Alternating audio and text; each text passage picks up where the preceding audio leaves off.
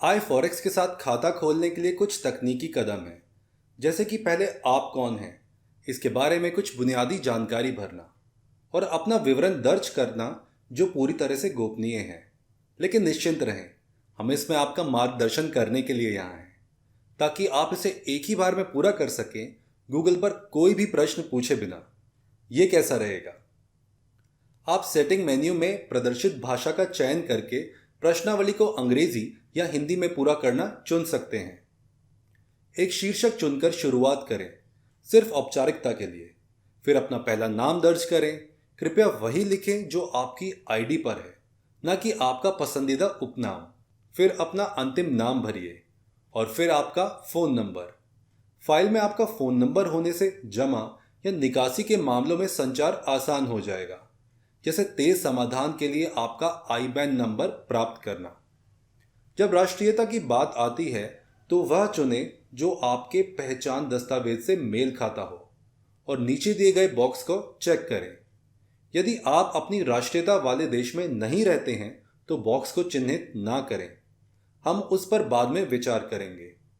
अब पते वाले भाग के लिए कृपया उस पते का उपयोग करें जहां आप अभी रहते हैं। एक वित्तीय संगठन के रूप में कुछ जानकारी है जो कानूनों और नियमों के अनुसार हमें एकत्र करने की आवश्यकता होती है। तो गली का पता यहाँ दिया गया है, और यदि आपको नीचे इसकी आवश्यकता है तो अतिरिक्त स्थान भी है।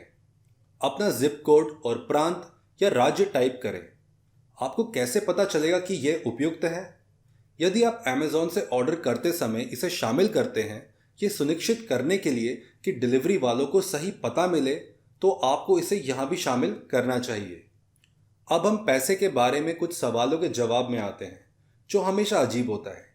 सवालों के इन सेट के आपके जवाब हमें मनी लॉन्ड्रिंग योजनाओं से लड़ने में मदद करेंगे और यह सुनिश्चित करेंगे कि हम अपनी छत के नीचे जो पैसा लेते हैं वह सभी कानूनी है। यह भी कानून है। अपना व्यवसाय चुनें। ज़रूरी नहीं कि आपका जन्म स्थान वही हो जहां आप अभी रहते हैं, लेकिन ये जानने में हमें आपकी पूरी पहचान विवरण को प्रमाणित करने में मदद मिलती है। अपनी जन्म तिथि प्रदान करना ये सुनिश्चित करने के लिए एक और सहायक उपकरण है कि आप वास्तव में वही हैं जो आप कहते हैं, और हमें आपको जन्मदिन कार्ड भेजना याद रखने में भी मदद मिल सकती है। धन की उत्पत्ति का मतलब है कि आप जो पैसा निवेश करेंगे वह कहाँ से आएगा। यह आपका रोजगार, वेतन, बचत खाता या पेंशन हो सकता है। हम आपसे आपकी अपेक्षित निवेश राशि के बारे में पूछते हैं। इसका कारण यह है कि आप एक संतुलित खाता बनाए रखें और आप अपनी आय या संपत्ति का बहुत अधिक निवेश नहीं करेंगे। हम बस पहुंच गए। क्या आप राजनीति में हैं या सेना या शाही परिवार का हिस्सा हैं? अगर हां, तो हमें बताएं। कुछ अतिरिक्त विवरण हैं जिन्हें हमें बाद में एकत्र करने की आवश्यकता हो सकती है। और अंत में, यदि आप यहां सूचीबद्ध किसी भी कारण से अमेरिका को कर का भुगतान करते हैं, जैसे अमेरिकी नागरिकता होना या आपको वहां का निवासी माना जाता है, तो हमें यह जानना होगा। यदि आप कर उद्देश्यों के लिए किसी अन्य देश में रहते हैं तो आप सूची में से किसी एक का चयन कर सकते हैं। अरे, हो गया! वाह, कितना आसान था! इस प्रश्नावली के आपके उत्तरों के आधार पर आपके सामने कुछ और प्रश्न आ सकते हैं जिन्हें हमने यहां शामिल नहीं किया है। यदि वे सामने आते हैं तो उनका भी उत्तर देना सुनिश्चित करें।